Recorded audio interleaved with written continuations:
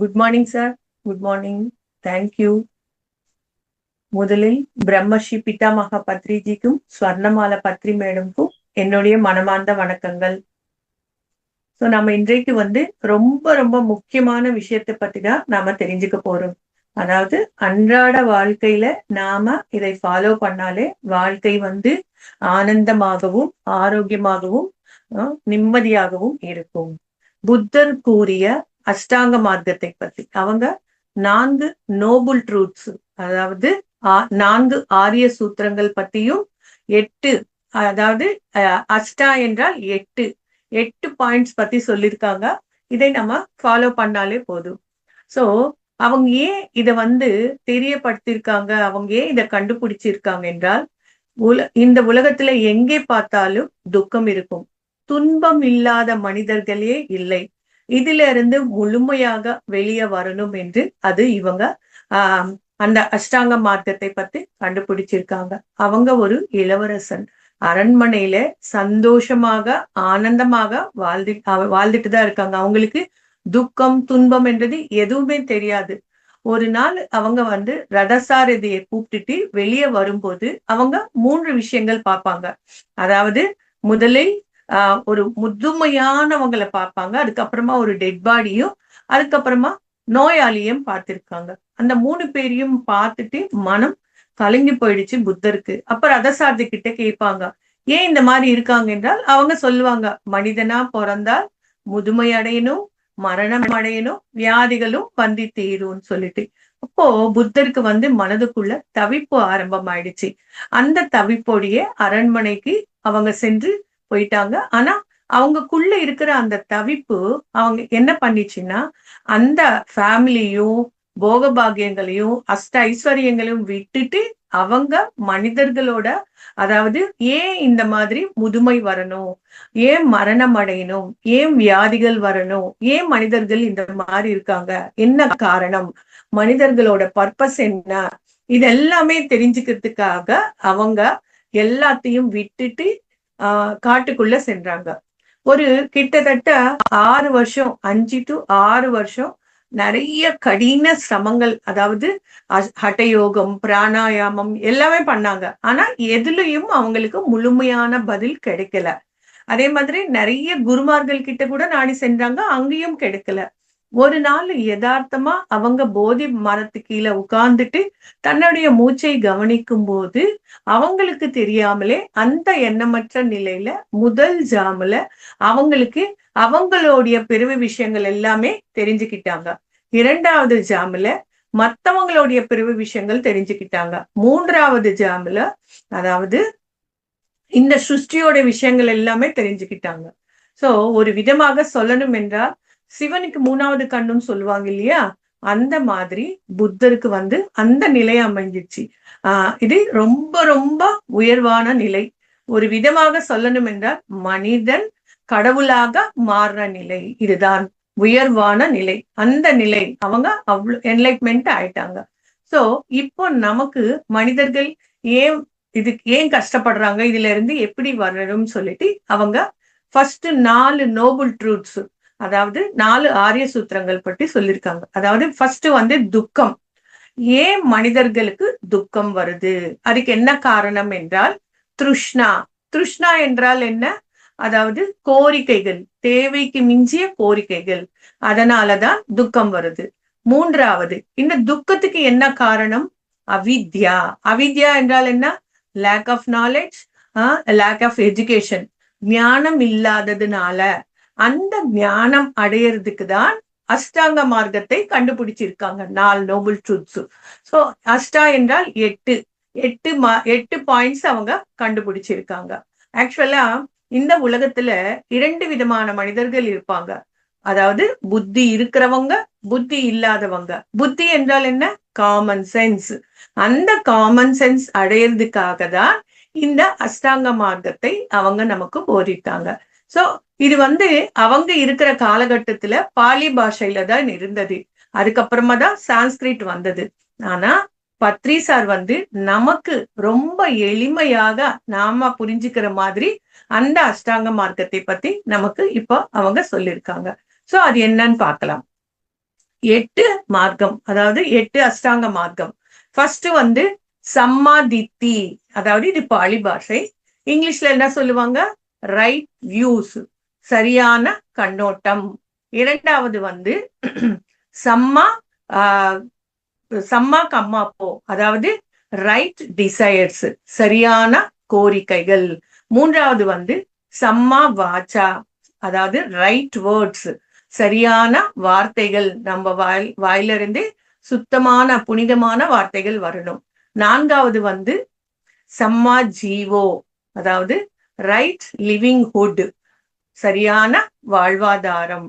ஐந்தாவது வந்து சம்மா கர்மாக்கள், அதாவது சம்மா கம்மாப்போ, ரைட் ஆக்ஷன்ஸ், சரியான செயல்கள். கர்மா என்றாலே என்ன? செயல், செயல்கள். அதே மாதிரி சம்மா வாயாமோ, அதாவது ரைட் எஃபர்ட்ஸ், சரியான ஸ்ரத்தை.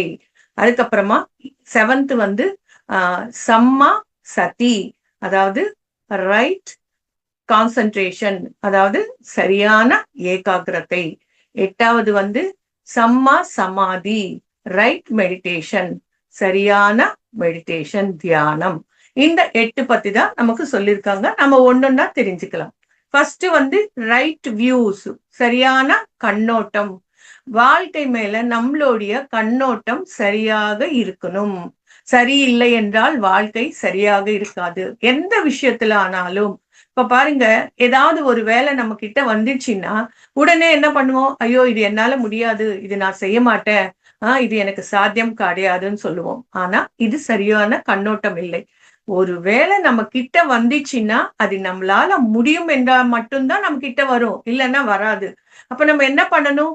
ஏன் என்னால பண்ண முடியாது, நான் பண்ணலாமே, நான் பண்றேன், என்னால சாத்தியமாகும் என்று நினைக்கிறது தான் சரியான கண்ணோட்டம். அதே மாதிரி எந்த விஷயமானாலும் போஸ்ட்போன் பண்ணவே கூடாது. இப்ப பாருங்க, எக்ஸாம்பிள் நம்ம தியானத்தை பத்தி நிறைய பேருக்கு சொல்லிட்டு இருக்கிறோம். அவங்க என்ன சொல்லுவாங்க? இப்ப எதுக்கு தியானம், எங்க சின்ன வயசு தானே, இன்னும் நாங்க வந்து அனுபவிக்க வேண்டியது நிறைய இருக்கு, அப்புறமா பாத்துக்கலாம், அப்புறமா பண்ணலாம் என்று சொல்லுவாங்க. அதாவது தியானத்து மேல அவங்களுக்கு சரியான கண்ணோட்டம் இல்லை என்று அர்த்தம். அதாவது தியானம் என்றாலே எல்லாருமே என்ன நினைப்பாங்க? அது வயசானவங்க பண்றதுன்னு என்று நினைப்பாங்க. அது சரியான கண்ணோட்டம் கிடையாது. அதே மாதிரி போஸ்ட்போன், நாளைக்கு பண்ண வேண்டிய எந்த விஷயமானாலும் போஸ்ட்போன் பண்ணிடுவாங்க. அப்புறமா பாத்துக்கலாம், நாளைக்கு பாத்துக்கலாம். ஆனா இந்த நொடி நாம இருக்கிறோம், அடுத்த நொடி இருப்போமோ இல்லமோ தெரியாது. சோ அதனால நாளைக்கு பண்ற வேலை இன்னைக்கே பண்ணணும், இன்னைக்கு பண்ற வேலை இப்பவே இந்த நொடியே பண்ணணும். அதுதான் சரியான கண்ணோட்டம். இன்னும் சில பேர் என்ன சொல்லுவாங்க? ஏதாவது சொன்னோம்னா, இப்போ எக்ஸாம்பிள் விவேகானந்தர், ரமண மகர்ஷி, இந்த மாதிரி சொல்லிக்கிட்டே இருந்தா எல்லாருமே என்ன சொல்லுவாங்க? அவங்க எல்லாமே மகான்கள், இறைநிலை பெற்றவங்க, அவங்களாலதான் முடியும், நம்மளால முடியாது, நம்ம சாதாரண மனிதர்கள் என்று சொல்லுவாங்க. அதுவும் சரியான கண்ணோட்டம் இல்லை. ஏனென்றால் புத்தர் ஆகட்டும், ஜீசஸ் ஆகட்டும், ரமண மகர்ஷி ஆகட்டும், விவேகானந்தர் ஆகட்டும், இந்த மாதிரி எத்தனையோ மகான்கள் எல்லாருமே தாய் கர்ப்பத்துல இருந்து பிறந்தவங்கதான். நாமளும் தாய் கர்ப்பத்துல இருந்து பிறந்தவங்கதான். அவங்களால பண்ண முடியும் போது நம்மளால ஏன் பண்ண முடியாது? சோ இத கண்டிப்பாக சரியான எந்த விஷயத்துல ஆனாலும் சரியான கண்ணோட்டம் இருக்கணும். அதுதான் சரியானது. இதுக்கு நான் ஒரு எக்ஸாம்பிள் சொல்றேன். அலெக்சாண்டர் வந்து ஒரு வாட்டி பெரிய மகானை சந்திப்பாங்க. அங்க அவங்க என்ன சொல்லுவாங்கன்னா, உனக்கு வெகு சீக்கிரத்திலே நீ மரணம் அடைவேன் என்று சொல்லுவாங்க. ஆனா அலெக்சாண்டர் அதை நம்ப மாட்டாங்க. அவங்க கிரீக்கு நாட்டுக்கு சேர்றதுக்கு முன்னாடியே அவங்க உடல்நிலை உடல் உபாதிகள் வந்துடுச்சு. எத்தனையோ டாக்டர்ஸ் கிட்ட காமிப்பாங்க, ஆனாலும் அவங்களால அது சரி பண்ண முடியல. அவங்களுக்கு தெரிஞ்சிடுச்சு, ஓகே எனக்கு மரணம் வந்துடுச்சுன்னு சொல்லி தெரிஞ்சிச்சு. அவங்க மந்திரிய கூப்பிட்டுட்டு, நான் இறந்துட்டு போகும்போது, என்னுடைய சவப்பெட்டியை தூக்கிட்டு போகும்போது 3 விஷயங்கள் நீங்க பண்ணணும்னு சொல்லி 3 கண்டிஷன்கள் போடுவாங்க. அதுல ஃபர்ஸ்ட் என்னவென்றால், பொதுவா மனிதர்கள் இறந்துட்டு அதுக்கப்புறமா அந்த சவப்பெட்டியை தூக்கிட்டு போகும்போது கீழே பூக்கள் தூவுவாங்க இல்லையா? ஆனா அவங்க என்ன சொல்லுவாங்க என்றால், ரத்னம், மாணிக்கம், வஜ்ரம், வைடூரியங்கள் அதுதான் கீழே தூவணும் என்று சொல்லுவாங்க. அதோட அர்த்தம் என்னவென்றால், எவ்வளவுதான் பணம் இருந்தாலும், எவ்வளவுதான் வசதி இருந்தாலும் சொத்து இருந்தாலும் எதுவுமே பண்ண முடியாது என்பது. இரண்டாவது கண்டிஷன் என்னவென்றால் 4 டாக்டர்ஸ் வந்து என்ன சவப்பெட்டியை தூக்கிட்டு போகணும் என்று சொல்வாங்க. அப்போ டாக்டர்ஸ் கையில கூட என்னுடைய அதாவது ஆரோக்கியம் சரி பண்ண முடியாதுன்னு என்று தெரிஞ்சுக்கிறதுக்காக அந்த மாதிரி சொல்லியிருக்காங்க. மூன்றாவது என்னவென்றால் சவப்பெட்டியில என்னை படுக்க வைக்கும் போது 2 கைகளும் வெளியே வச்சுட்டு சவப்பெட்டியை மூடணும் என்று சொல்லுவாங்க. அதுக்கு என்ன காரணம் என்றால் எவ்வளவுதான் ராஜா ஆனாலும் சக்கரவர்த்தி ஆனாலும் போகும்போது எதுவுமே எடுத்துட்டு போகல சொல்லி கொடுக்கறதுக்கு தான் புரியறதுக்கு தான் அவங்க இந்த மாதிரி சொல்லியிருக்காங்க. சோ இந்த மாதிரி விஷயங்கள் நம்ம கேட்கும் போது படிக்கும் போது நம்மளுடைய கண்ணோட்டம் கூட மாறிடும். என்னது எக்ஸாம்பிள் எடுத்துக்கோங்க. ஆக்சுவலா நான் வந்து பியூர் தெலுங்கு. பசங்க 2 பேரும் வந்து ஹிந்தி படிச்சாங்க. தமிழ் என்றதே எனக்கு வராது. ஆனா சீனியர் மாஸ்டர்ஸ் எப்பவுமே என்ன பார்த்து நீங்க கிளாஸ் சொல்லுங்கன்னு சொல்லுவாங்க. நான் மனசுக்குள்ள நினைச்சிட்டே இருப்பேன், எனக்கு தமிழே அவ்வளவா வராதே, இவங்க இந்த மாதிரி சொல்றாங்கன்னு. ஃபர்ஸ்ட் கண்ணோட்டம் எனக்கும் என்னால முடியாதுதான் நினைச்சிட்டு இருந்தேன். ஆனா என்னோட கண்ணோட்டம் நான் மாத்திக்கிட்டேன். ஏன்னா இத்தனை பேர் வந்து என்ன சொல்றாங்க என்றால் எனக்குள்ள அந்த தகுதி இருக்கு, அதனாலதான் இது வருதுன்னு சொல்லிட்டு நான் இப்ப தமிழ்ல கிளாஸஸ் சொல்ல ஆரம்பிச்சேன். சோ அதனால நம்மளுடைய கண்ணோட்டம் சரியாக இருந்தால் கண்டிப்பாக என்ன வேலையானாலும் நம்மளால பண்ண முடியும், சாதிக்க முடியும். சோ அதனால கண்ணோட்டம் என்றது சரியாக இருக்கணும். அதே மாதிரி நெக்ஸ்ட் என்ன, அதாவது சம்மா டிசைட்ஸ், அதாவது ரைட் டிசைட்ஸ், கோரிக்கைகள். கண்டிப்பாக கோரிக்கைகள் இருக்கணும். இரண்டாவது கோரிக்கைகள் இருக்கணும். ஆனா கோரிக்கைகள் இல்லாம இருக்கக்கூடாது, அது தவறு கிடையாது. ஆனா எந்த விதமான கோரிக்கைகள் இருக்கணும், அதாவது சரியான கோரிக்கைகள் என்ன, சரியில்லாத கோரிக்கைகள் என்ன என்றதை நம்ம தெரிஞ்சுக்கணும். ஏன் பர்டிகுலரா புத்தர் இதெல்லாம் சொல்லிட்டு வராங்க என்றால் இந்த மாதிரி சரியில்லாத விஷயங்கள் பண்றதுனாலதான் வாழ்க்கையில நிறைய துன்பங்கள் துக்கங்கள் இருக்கு. இத மாத்திக்கணும் என்றதுக்காக தான் அவங்க இந்த மாதிரி சொல்லிட்டு வராங்க. அதாவது சரியான கோரிக்கைகள், அதாவது நம்மளுடைய கோரிக்கைகள் எப்படி இருக்கணும் என்றால் சரியாக இருக்கணும். நிறைய பேர் பாருங்க, மத்தவங்க கஷ்டப்பட்டு அவங்க சொத்து சம்பாதிச்சால் அதை அபகரிச்சு உட்கார்ந்து சாப்பிடணும் என்று நினைப்பாங்க. அது சரியான கோரிக்கை கிடையாது. அதே மாதிரி பாருங்க, மத்தவங்களை நஷ்டப்படுத்துறது, கஷ்டப்படுத்துறது, அவமானப்படுத்துறது, படுத்துட்டு அவங்க வேலைகள் சுமூகமாக அவங்க பார்த்துக்குவாங்க, அதுவும் சரியான கோரிக்கைகள் கிடையாது. எக்ஸாம்பிள் பாருங்க, புராணத்துல ராவணாசுரனை எடுத்துக்கோங்க. அவங்க வந்து ராமன் மனைவி சீதாவை வந்து தூக்கிட்டு வருவாங்க. ஏன் அந்த மாதிரின்னா அவங்க கோரிக்கை, அந்த சீதாவை அடையணும் என்று கோரிக்கையினால தூக்கிட்டு வருவாங்க. இப்போ மண்டோதரி சொல்லுவாங்க, எவ்வளவோ சொல்லுவாங்க, நாங்க இத்தனை பேர் இருக்கிறோம், உங்களுக்காக உங்களுக்கு சேவை செய்யறதுக்காக பாக்கியம் என்று நினைச்சிட்டு இருக்கிறோம். ஆனா நீங்க உங்களை பிடிக்காத அந்த சீதாவை வந்து நீங்க தூக்கிட்டு வந்திருக்கீங்க. மத்தவங்களோட மனைவியை தூக்கிட்டு வர்றது ரொம்ப தப்பு. அதனால நீங்க வந்து அழிவுக்கு காரணமாயிடுவீங்க, விட்டுடுங்கன்னு சொன்னாலும் ராவணாசுரர் கேட்க மாட்டாங்க. என்ன ஆயிடுச்சு எல்லாருக்குமே தெரியும், அழிவுக்கு காரணமாயிட்டார். இதுக்கு என்ன காரணம்? சரியில்லாத கோரிக்கை. சோ சரியில்லாத கோரிக்கைகள்னால அவங்க வந்து அந்த மாதிரி ஆயிடுக்காங்க. அதே மாதிரி பத்ரிசாரி எடுத்துக்கோங்க. அவங்களுடைய கோரிக்கைகள் எப்படி இருந்தது? நமக்கு தியானம் தந்த பத்ரிசாரு, அவங்களுடைய கோரிக்கைகள் எப்படி இருந்தது? தியான ஜெகத், பிரமிட் ஜெகத், சாக்காகார ஜெகத் ஆகணும்னு நினைச்சாங்க. என்ன ஆயிடுச்சு? அவங்க சரியான கோரிக்கை. அதாவது எப்பவுமே நம்ம எந்த கோரிக்கை வச்சாலும் அது எப்படி இருக்கணும் என்றால் யூனிவர்ஸோட இணைந்து இருந்தால் அது கண்டிப்பாக சக்சஸ் ஆகும். அதாவது நமக்கும் யூஸ் ஆகும், அது மத்தவங்களுக்கும் இந்த சொசைட்டிக்கும் யூஸ் ஆகிற மாதிரி இருக்கும். அந்த மாதிரி கோரிக்கைகள் இருக்கணும். நமக்கு எப்படி இருக்கணும் கோரிக்கைகள்? அதாவது நான் தியானம் செய்யணும், பிரமிட்ல உட்கார்ந்துட்டு தியானம் செய்யணும், பௌர்ணமி தியானம் செய்யணும், அதுக்கப்புறமா வெஜிடேரியன் ரேலி பண்ணணும், கிளாஸஸ் எடுக்கணும், ஏதாவது நிகழ்ச்சிகள் பண்ணா அதுல என்னுடைய பங்கு இருக்கணும். இந்த மாதிரி விஷயங்கள், இந்த மாதிரி சரியான கோரிக்கைகள் இருந்தால் அது கண்டிப்பாக சக்சஸ் ஆகும். சோ அதனால கோரிக்கைகள் என்றது எப்பவுமே சரியாக இருக்கணும். இப்போ ஒரு ஆபீஸ் இருக்கும், ஆபீஸ்ல வந்து கிளர்க் இருப்பாங்க, ஆபீசர் இருப்பாங்க, மேனேஜரும் இருப்பாங்க. அதாவது நமக்கு சில விஷயங்கள் தேவை இருக்கு, தேவை இருக்கிறது கரெக்ட் தான், அதுல தவறு கிடையாது. அதுல நமக்கு வந்து தேவை இருக்கிறது நம்ம நினைக்கிறது கரெக்ட் தான். ஆனா இங்க வந்து கம்ஃபர்ட், அதாவது இருக்கிறதுலயே நம்ம கம்ஃபர்ட்டா இருக்கணும் என்று நினைப்பாங்க. அதுவும் கரெக்ட் தான். ஆனா லக்ஸரியாக அதுதான் நம்ம செக் பண்ணிக்கணும். இப்ப பாருங்க, ஒரு கார் வந்து கிளர்க்குக்கு என்ன ஆகும்? லக்ஸரி ஆகும். அதுவே ஆபீசருக்கு வந்து கம்ஃபர்ட் ஆகும். மேனேஜருக்கு வந்து அது வந்து கண்டிப்பாக தேவையாகும். சோ அதனால நமக்கு தேவையில்லாதது, நமக்கு கிடைக்காதது, அத பத்தி நம்ம எப்பவுமே கோரிக்கை படக்கூடாது. அந்த கோரிக்கை படுறதுனால நாம தான் நிறைய கஷ்டப்படுவோம். சோ அதனால நமக்கு என்ன தேவையோ அதுக்கேத்த மாதிரி நம்ம போனோம் என்றால் கண்டிப்பாக நடக்கும். சோ இது 2வது. 3வது வந்து, அதாவது ரைட் வேர்ட்ஸ். நம்ம வாயில இருந்து சரியான வார்த்தைகள் வரணும். சோ எப்பவுமே நம்ம எப்படி பேசணும்? பாசிட்டிவாக பேசணும். சோ நெகட்டிவ் என்றதே வரக்கூடாது, பாசிட்டிவாக பேசணும். எப்பவுமே பத்ரி சார் என்ன சொல்லுவாங்க? நம்ம வாயில இருந்து வர வார்த்தைகள் தான் நம்ம தலையெழுத்துன்னு என்று சொல்லுவாங்க. அதே மாதிரி பெரியவங்க என்ன சொல்லியிருக்காங்க?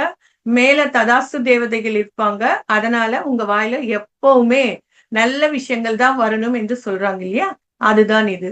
சோ அதனால எப்படி இருக்கணும் என்றால் பாசிட்டிவாக இருக்கணும். நம்மளுடைய பேச்சுகள் மத்தவங்களை இன்ஸ்பயர் பண்ற மாதிரி இருக்கணும். அதுக்கு ஒரு சின்ன எக்ஸாம்பிள் பார்க்கலாம். தாமஸ் ஆல்வா எடிசன் அவங்க வந்து சின்ன வயசுல அவங்க படிக்கும்போது டீச்சர் வந்து ஒரு லெட்டர் வந்து அம்மாவுக்கு எழுதி அனுப்புவாங்க. அந்த பையன் தாமஸ் வந்து அம்மா கிட்ட லெட்டர் எழுதி அந்த லெட்டர் படிக்க சொல்லுவாங்க.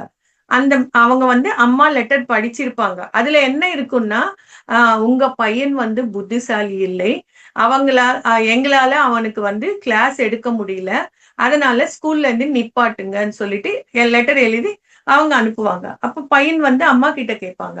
அம்மா பாருங்க எப்படி சொல்லுவாங்க என்றால், இல்லப்பா நீ ரொம்ப புத்திசாலியா, உனக்கு பாடம் சொல்லி கொடுக்கறதுக்கு அவங்களுக்கு தகுதி இல்லையா, இனிமே நீ ஸ்கூலுக்கு வர வேண்டாம்னு சொன்னாங்கன்னு சொன்னாங்க. ஆனா அந்த வார்த்தைகள் பாருங்க என்ன ஆயிடுச்சு? அவங்க ஒரு பெரிய சயின்டிஸ்ட் ஆனாங்க, பல்பு கண்டுபிடிச்சாங்க. அந்த பல்புல நம்ம பகல ரொம்ப ஹாப்பியா என்ஜாய் பண்ணிட்டு இருக்கிறோம். அதாவது இருக்கிற நிலையில இருந்து உன்னத நிலைக்கு போற மாதிரி நம்மளுடைய பேச்சுகள் இருக்கணும் என்றதுதான் இது. அதே மாதிரி பத்ரி சார் சொன்னாங்க பாருங்க, என்ன சொல்லியிருக்காங்க பத்ரி சார் வந்து, இப்ப நம்ம எல்லாருமே இப்ப இந்த கிளாஸஸ் எடுக்கிறோம், இந்த ஜூம் செஷன்ஸ், நீங்களும் காலையில ஏஞ்சி உட்கார்ந்துட்டு தூங்கலாம் இல்லையா? ஆனாலும் நீங்க எல்லாம் கூட ஏஞ்சி உட்கார்ந்துட்டு கிளாஸ் கேட்டுட்டு இருக்கீங்க. இதெல்லாம் எதுக்காக நம்ம பண்ணிட்டு இருக்கிறோம்? பத்ரி சாரோட வார்த்தைகள். அவங்க என்ன சொல்லியிருக்காங்க? தியானம் பண்ணுங்க, தியான பிரச்சாரம் பண்ணுங்க, அதுக்கப்புறமா கிளாஸஸ் நிறைய கேளுங்க. இந்த மாதிரி நிறைய விஷயங்கள் அவங்க சொல்லியிருக்காங்க. சோ பாருங்க, கோடிக்கணக்கான மக்கள் தியானம் பண்ணிட்டு இருக்காங்க. ஆயிரக்கணக்கான பிரமிட்ஸ் வந்துடுச்சு. கோடிக்கணக்கான மக்கள் சைவமா மாறி இருக்காங்க.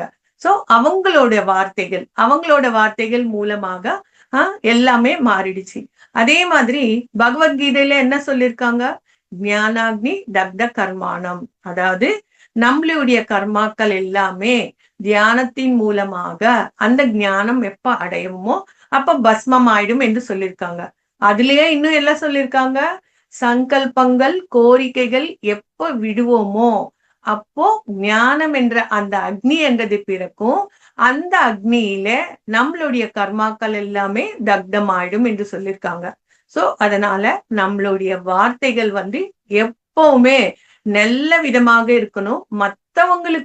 மத்தவங்கள அதாவது மத்தவங்கள கஷ்டப்படுத்துற மாதிரி, நஷ்டப்படுத்துற மாதிரி இருக்கக்கூடாது. சோ இது 3. 4வது வந்து சரியான கர்மாக்கள், அதாவது ரைட் ஆக்ஷன்ஸ். கர்மா என்றாலே என்ன அர்த்தம்? அதாவது நாம செய்யற செயல்கள். எப்பவுமே நாம செய்யற செயல்கள் வந்து பாசிட்டிவா இருக்கணும். எந்த விதமாக நெகட்டிவாகவே இருக்கக்கூடாது. அதாவது இப்ப பாருங்க,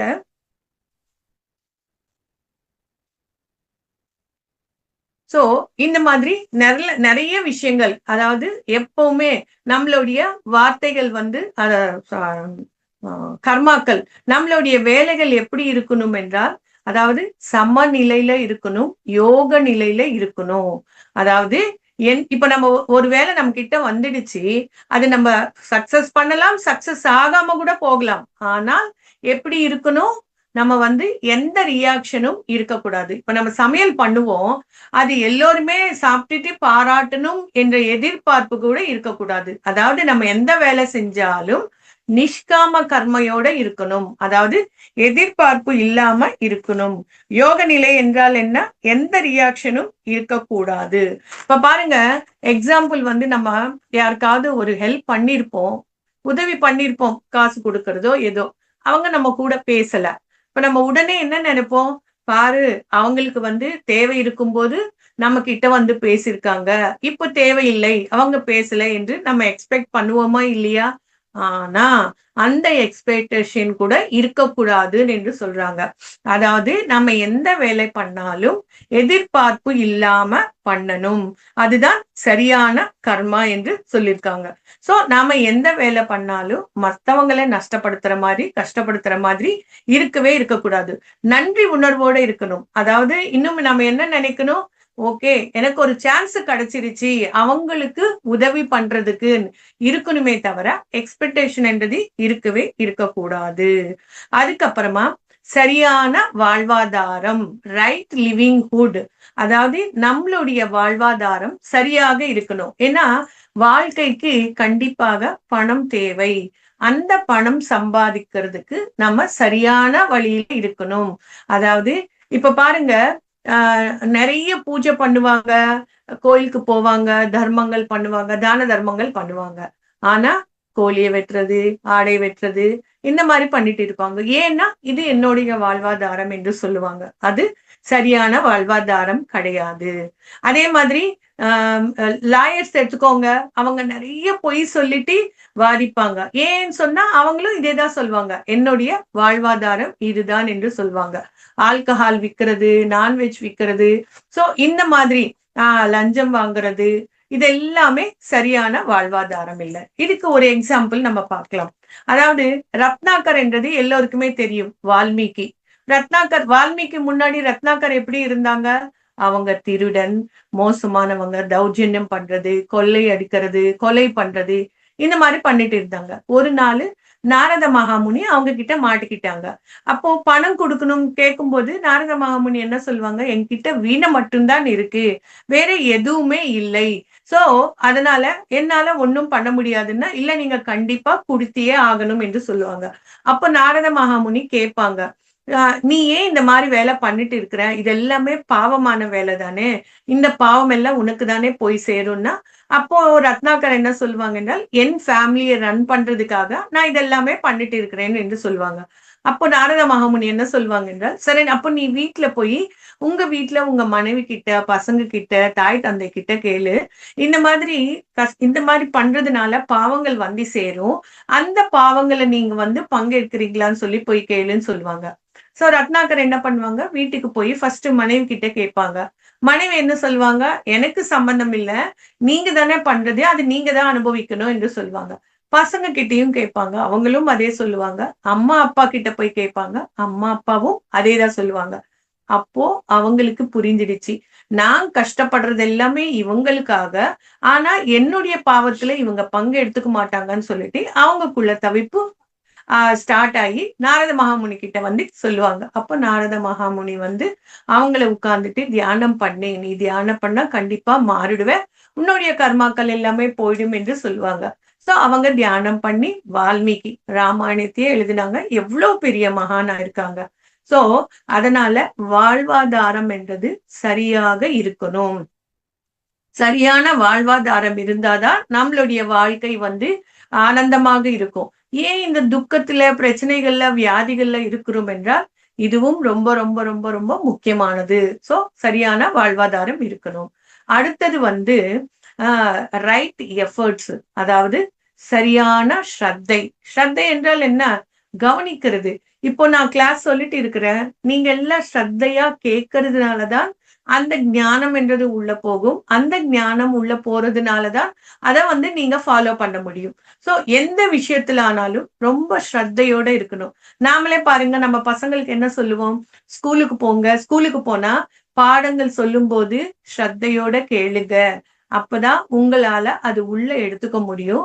ஈஸியா உங்களால படிக்க முடியும், பாஸ் ஆக முடியும், நல்ல மார்க்ஸ் எடுத்துட்டு வர முடியும் என்று சொல்லுவோம் இல்லையா? அந்த மாதிரி எந்த விஷயத்துல ஆனாலும் ரொம்ப, அதாவது நம்மளுடைய எஃபர்ட் வந்து நிறைய இருக்கணும். அப்பதான் அது சரியாக இருக்கும். இதுதான் பகவத்கீதையில ஸ்ரத்தவான் லபத்தே ஞானம் என்று சொல்லியிருக்காங்க. அதாவது ஸ்ரத்தையோட இருந்தாதான் ஞானம் என்றது அடைய முடியும் என்று ஸ்ரீகிருஷ்ண பகவான் சொல்லியிருக்காங்க. சோ அதனால ஸ்ரத்தையோட கேட்கணும், ஸ்ரத்தையோட சொல்லணும். இருந்தா மட்டும்தான் நம்மளால அந்த ஞானம் என்றது அடைய முடியும். அடுத்தது வந்து கான்சென்ட்ரேஷன், சரியான கான்சென்ட்ரேஷன், சரியான ஏகாகிரதை. ஏகாகிரதை என்றால் என்ன? ஃபோக்கஸ். அதாவது மைண்ட்ஃபுல்னஸோட இருக்கணும். நம்ம எந்த விஷயம் பண்ணாலும், இப்போ நான் கிளாஸ் சொல்லிட்டே இருக்கிறேன், எனக்கு வந்து அந்த மைண்ட்ஃபுல்னஸ் இருந்தாதான் என்னால கிளாஸ் சொல்ல முடியும். நிறைய டிஸ்டர்பன்ஸ் அதெல்லாம் இருக்கும். ஆனா அதெல்லாமே எதுவுமே புண்படுத்தாம நான் வந்து இந்த கிளாஸ் மேல போக்கஸ் வச்சாதான் என்னால சொல்ல முடியும். அதுதான் சரியான ஏகாகிரதை.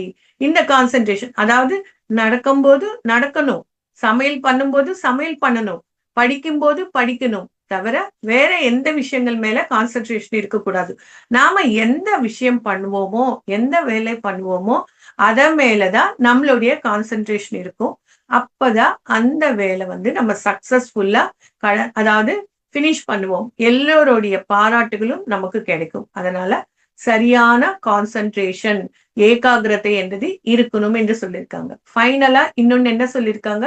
சரியான அதாவது தியானம். அதாவது தியானம் என்றது ஏன் அந்த மாதிரி சொல்லியிருக்காங்க என்றால், புத்தர் நிறைய பேரு தியானம் என்று சொல்லிட்டு வேற ஏதேதோ பண்ணிட்டு இருக்காங்க. அதனாலதான் அவங்க சரியான தியானம் என்று சொல்லியிருக்காங்க. அதாவது நிறைய பேரு பாருங்க, ஒரு போட்டோ வச்சுட்டு அதையே பார்த்துட்டு இருப்பாங்க. அதுதான் தியானம் என்று நினைச்சிட்டு இருக்காங்க. சுவர் மேல ஒரு பொட்டு வச்சுட்டு அதையே பார்த்துட்டு இருப்பாங்க. அதுதான் தியானம் என்று நினைச்சிட்டு இருக்காங்க. இல்லைன்னா குருமார்களையோ இல்லைன்னா ஓங்காரம் சொல்றதையோ இது எல்லாமே தியானம் என்று நினைச்சிட்டு நிறைய வருஷங்கள் வீணாக்கிக்கிறாங்க. ஆனா இதெல்லாமே பண்ணா மனரீதியான ஜபம் என்று சொல்லுவாங்க. அதோட பலன் கொஞ்சம் தான் கிடைக்குமே தவிர நிறைய பலன் என்றது கிடைக்காது. நம்ம யோக சாஸ்திரத்திலே பிதாமகரான பதஞ்சலி மகர்ஷி என்ன சொல்லியிருக்காங்க? நிர்விஷய மனஹா தியானம் என்று சொல்லியிருக்காங்க. அதாவது மனதுக்குள்ள விஷயங்கள் என்றால் என்ன? எண்ணங்கள் இல்லாம இருக்கிறது தான் தியானம். யோகா சித்தவருத்தி நிரோதகா. அதாவது மனதுக்குள்ள எந்த விதமான எண்ணங்கள் இல்லாம இருக்கிறது தான் யோகம் என்று கூட சொல்லியிருக்காங்க. அதனால எந்த டவுட்டும் தேவையில்லை. தியானம் என்றது ஆனாபான சதி தியானம் தான். இந்த தியானம் தான் நாம பண்ணணும். இதுதான் நமக்கு வந்து பத்ரிஜி வந்து நமக்கு எடுத்துட்டு வந்திருக்காங்க. 2500 பிஃபோர் புத்தர் சொன்ன ஆனாபான சதி தியானம் நடுவுல சுத்தமா போயிடுச்சு. ஆனா இப்போ திரும்பி இந்த பத்ரி சார் வந்து நமக்கு இதை எடுத்துட்டு வந்திருக்காங்க. சோ நம்ம இங்க ஒண்ணு கவனிக்கணும். புத்தர் நிலை நமக்கு கண்டிப்பாக வரணும். அதுக்கு நாம தியானம் பண்ணியே ஆகணும். இந்த ஆனாபான சதி தியானம் பண்ணியே ஆகணும். இதுதான் பகவத்கீதையில ஸ்ரீகிருஷ்ண பகவான் என்ன சொல்லியிருக்காங்க? பூஜ கோட்டி சமம் ஸ்ரோத்திரம், ஸ்ரோத்திர கோட்டி சமம் ஜபம், ஜப கோட்டி சமம் தியானம், தியான கோட்டி சமோலயகான் என்று சொல்லியிருக்காங்க. அதாவது கோடி பூஜைகள் பண்ணால் ஒரு ஸ்தோத்திரம் படிச்ச மாதிரி, கோடி ஸ்தோத்திரங்கள் படிச்சால் ஒரு ஜபம் பண்ண மாதிரி, கோடி ஜபங்கள், அதாவது நம்ம வாழ்க்கை முழுவதும் பண்ண ஜபங்கள் வந்து 1 மணி நேரம் தியானம் பண்ணா அதுதான் சிறந்ததுன்னு உத்தரகீதையில பகவத்கீதையில சொல்லியிருக்காங்க. சோ நமக்கு என்ன தெரியுது? தியானம். அது என்ன தியானம்? ஆனாபான சதி தியானம். எதுக்குன்னா பதஞ்சலி மகர்ஷியே சொல்லியிருக்காங்க இதுதான் சரியான தியானம் என்று. சோ அந்த தியானம் நாம பண்ணணும். இங்க ஒன்னே ஒண்ணு நம்ம கவனிக்கணும். ரத்னாகர் அவங்க எவ்வளவு பெரிய அதாவது கொலை பண்றவங்க அந்த மாதிரி இருக்கிறவங்களே தியானம் பண்ணி பெரிய மகானா இருக்காங்க. மிலாரப்பா எடுத்துக்கோங்க, எவ்வளவோ கஷ்டப்பட்டு அவங்க இந்த சாதனைக்கு வந்தாங்க. ஆனா நாம அவங்க மாதிரி எந்த தவறுகளும் பண்ணல, எந்த பாவங்களும் பண்ணல.